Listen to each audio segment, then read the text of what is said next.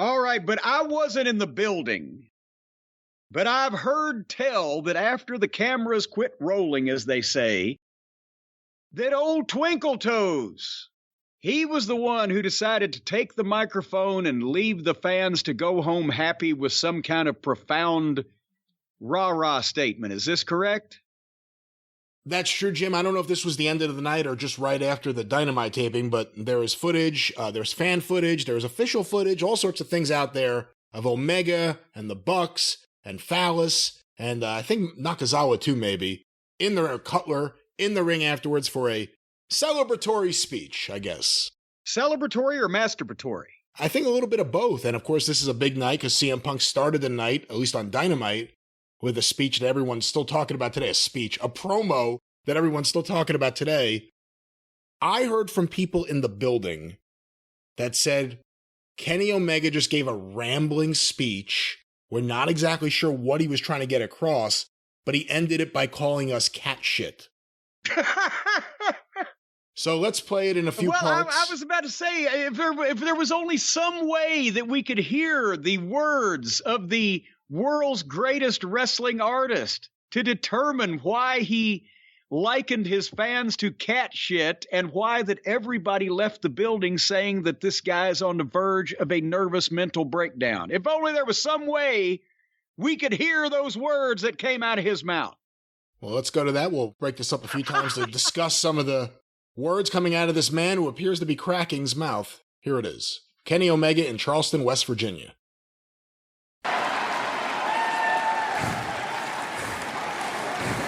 Long story short, it's always a pleasure to be performing in front of you fellows. Oh, good God. And I thought, hey, with a rare main event slot tonight, I might as well take the microphone and say a couple words to you guys because I've been gone for quite some time.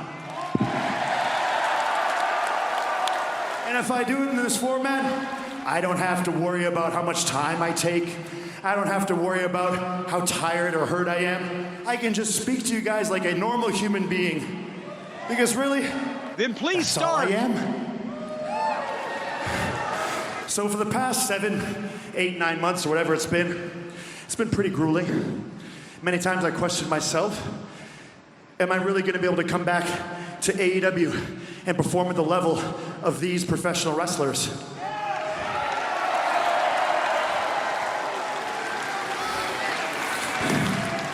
And certainly, it's going to take me a while to catch up to these guys. It might be a while before I'm able to challenge for a singles title again. But this very much is a work in progress, and I'm very glad that all of you are joining me on this journey. Well, let's stop it there for the first part. Let's stop it there for a second. First of all, I know the breathy phone sex voice, he is amplified after he's had a match because he's a little bit blown up. And the sing-song delivery is something that he does on occasion, and it gives him a bigger element of douchebaggery when he has that lilting cadence to his voice. But did somebody kick him in the nuts? Because it sounds like his voice has gone up 2 or 3. Did he have some type of surgery on his vocal cords? Oh, it was a hernia. It was a hernia, not the vocal cords. So he's up here like this because he doesn't want to strain himself too much. I've had a couple of those. I know they can be rough, so I don't blame him for sounding like fucking Tinkerbell. Go ahead. Don't get it confused, however. I'm not a good guy. I might even cheat to win every now and then. But one thing that I will say is when we're in this ring, you're getting a genuine Young Bucks, Kenny Omega, and Elite performance from the genuine Young Bucks and Kenny Omega. We're not pretending to be somebody that we're not. We're not a tribute act. We're not a parody. We're not selfish, and we're not in this for selfish means and for selfish gains. We are here to leave a legacy, and that legacy isn't titles. It's not even match ratings. It's not even how much money we make for our families and ourselves. It is changing the world via changing wrestling world and the way that you guys consume it. Oh, good God. He's an insufferable isn't he? He's going to change the way you consume wrestling.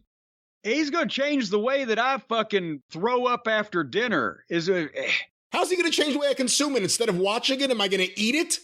Yeah, maybe he's going to send it to you by mental telepathy. These twats are convinced that they are hugely important, vastly more important than they actually are. And but the douchebaggery drips from them every time you hear them speak. And who are they trying to identify with here? Other douchebags with sing-song voices? Who is he calling out there? We're not fake.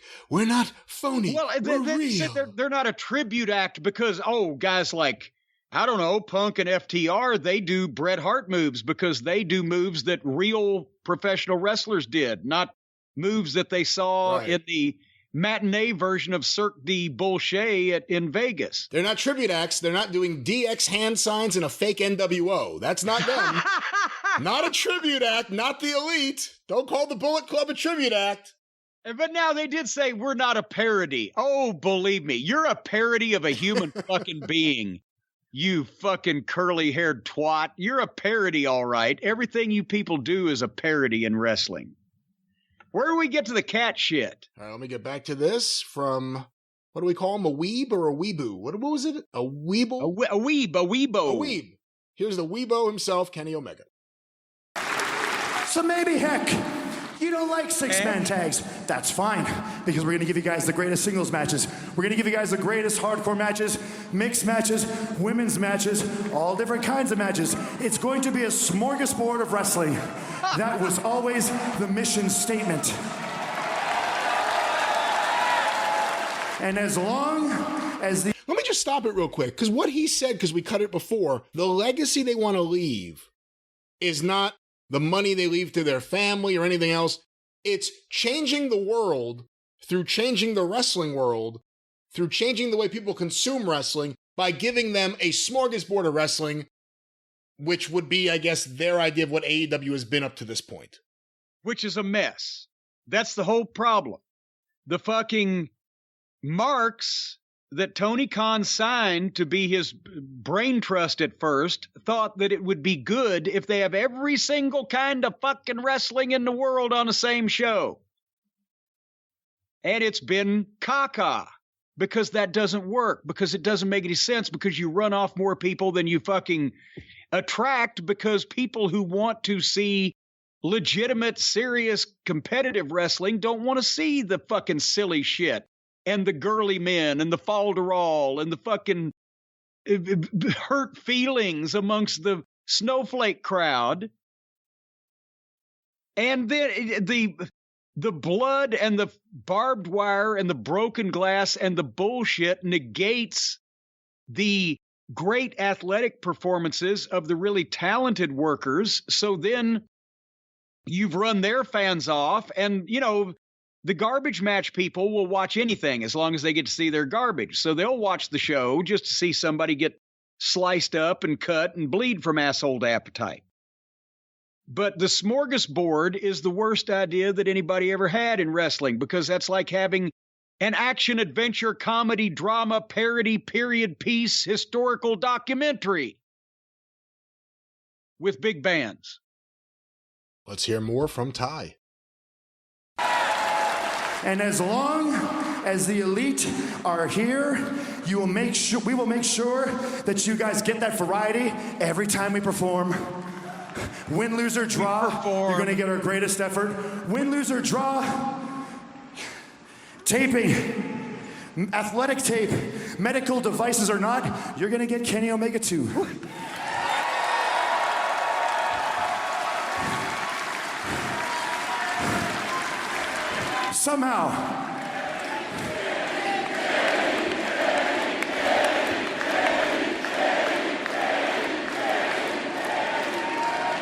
Somehow, by a stroke of luck, and because these guys are better than you even know that they are, they're incredible, we were able to survive tonight. We're alive in this tournament. Let's not all of a sudden start cheering us. You guys booed us for like a year. Well, now they're going into shtick, obviously. I'm trying to get to and also, he said we survived it, but think of the fucking poor viewers. Oh, the humanity. Yeah, they didn't survive. They tuned out. They didn't survive. They jumped out a window somewhere. The Real Housewives of Chattanooga were on. But let's get a little bit more at the end of Kenny Omega here. Please. Maybe I should be mad too, because the reason why I'm in this state right now, the reason why I have to have 3, sometimes 4 sessions of physical rehab every single day is because of you. Maybe I should hate each and every one of you because I come back out here for you guys. It's never for me. Oh, boy. It's never for me. Work for free. So what I'm going to do right now is I'm going to be a little strange. I don't get up much, so I became a strange individual. I'm going to liken you fans to a very mischievous cat that pees and poops all over the house. Boy, do I get mad when I find it. Boy, do I get mad because I have to clean it. But heck, how can I hate a little kitty cat? Oh, fuck. And there's the line of him. How can he hate a little pussy? And he's got 2 of them standing right next to him. Every time I hear this fucking guy speak, I realize that there's no way in any world, in any universe currently existing or yet to be determined where I could have stood to sit down and talk to him for 3 minutes. But he's you get Kenny with medical device. I'd like to get Kenny with a medical device, maybe a fucking scalpel, maybe that goddamn thing they give the colonoscopies with. So he's melting down, right, mentally, because they can't take the pressure of the fans not buying their repetitive, phony gymnastic performances instead of gravitating toward the rougher, more accomplished, more realistic, possibly more violent, definitely more manly fucking talent that they're preferring now. No, they're all very upset because in their eyes, they still think AEW is them, not realizing AEW is Tony Khan's and his dad's. They own it. They took you guys, they signed you guys, they paid you guys handsomely, they let you guys pretend to be executives, even though no way in the world are you guys in any way executives. They let them pretend to be wrestlers for quite some time. And the company has now seen what happens when real stars like CM Punk get there. And I understand why a lot of these guys resent CM Punk. He exposed them. He exposed them by just being there. By just being, he pointed out that they aren't as big as stars as they think they are. How much of this speech do you think is directed at CM Punk? Probably the majority of it. Because, again, how long have we been saying this? I think we said this at the start. There's going to be a time where the few serious talents in the wrestling business that are in that company get fed the fuck up with the silliness and the falderall and the fake shit and we're all petite friends, doing our thing business, and there's going to be a civil war and the lines are being drawn. You want to get over, you want to be a star, you want to make money, you want to be serious about your business, or you want to play with your buddies and act like you're a big deal because you can't tell that people don't like the smell of your particular farts. I think you heard from a lot of people, both directly and things that would get out to, wrestling media, early on especially. Oh, this is the best place I've ever worked in. This is the best locker room I've ever been in. Tony's the best boss I've ever had. I've heard from numerous people. But look at where we are now. There's a difference between wanting to work somewhere where you could just do anything you want and you love your boss because he'll let you do anything you want, and actually working someplace where there's a goal to get from A to Z so that it benefits the company and everyone involved. And it appears that the, whatever you want to call them, Camp Cucamonga,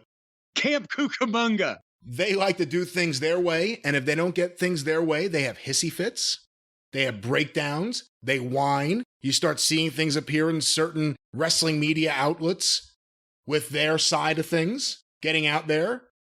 But the fact that right now things are ending up in the Observer saying that some executives, or shouldn't say executives, some people are at their wits' end with everything happening, that tells you the story.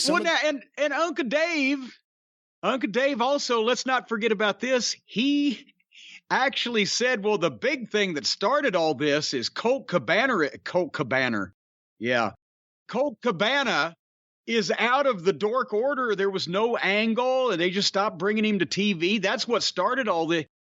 You mean to tell me that these guys are supposed to be vice presidents of a national cable television promotion, and they're supposed to be big stars in the case of Page, even though he's not a vice president? They didn't get him a position. They just got him a job.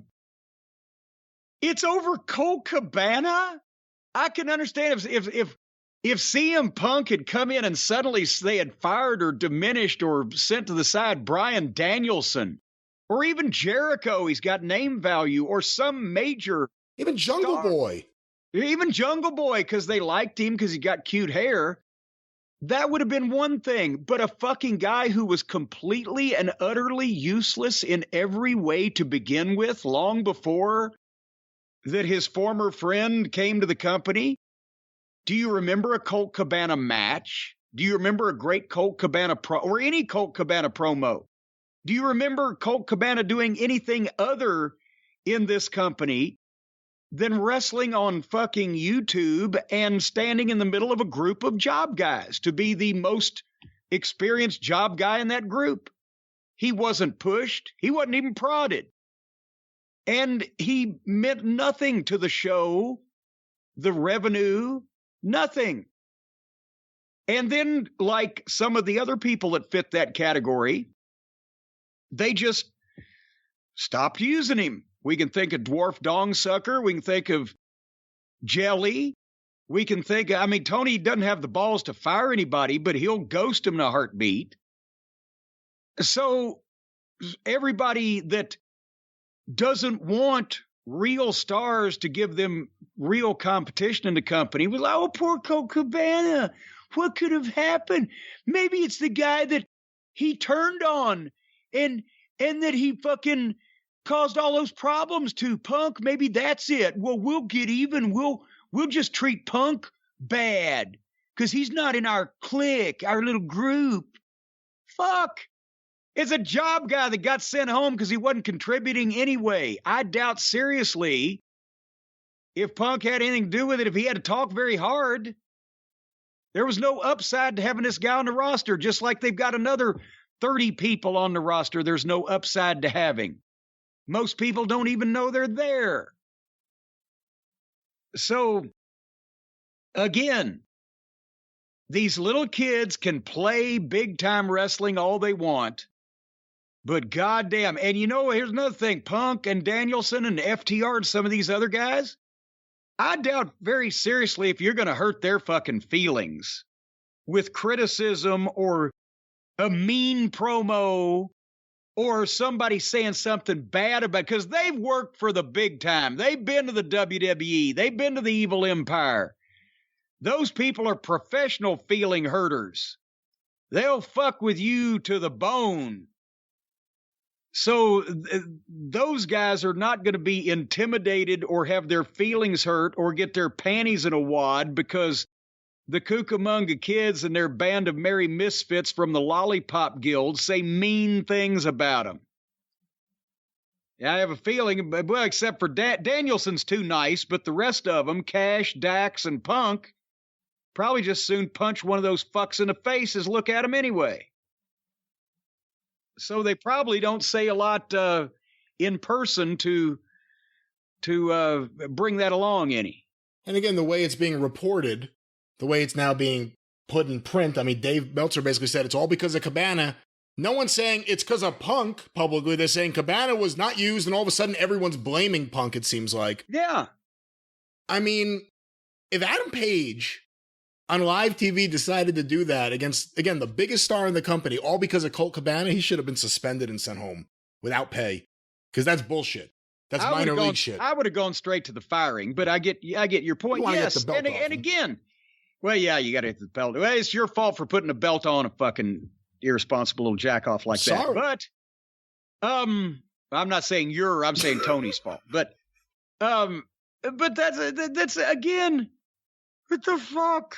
They have no fucking concept of what they're doing, and they've been handed a lot of shit, and they've had a bunch of people pet them on the head, and they've all convinced each other that they're geniuses and they're brilliant and they're the greatest wrestlers in the world.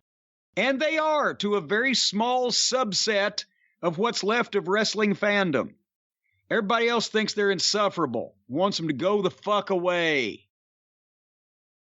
But anyway, I'd love to see FTR and the Hardley Boys just have one of those, maybe reshoot Sissy Boy Slap Fight, that independent movie from Canada that we've all had fun watching over and over again on YouTube. I encourage everybody, check it out. A great co-star in it, a guy named Tyson Smith. But I'd like to see them reenact Sissy Boy Slap Fight. I'd like to see old Maddie and Nikki slap Dax and Cash one time, and I'd like to see the fucking receipt. And I guarantee you, if the Bucks didn't already have kids, if they did have some more, they'd be born fucking dizzy. Anyway, so that was this week in the dramas of Romper Room. Where do you think we're going from here? Who's going to crack up next?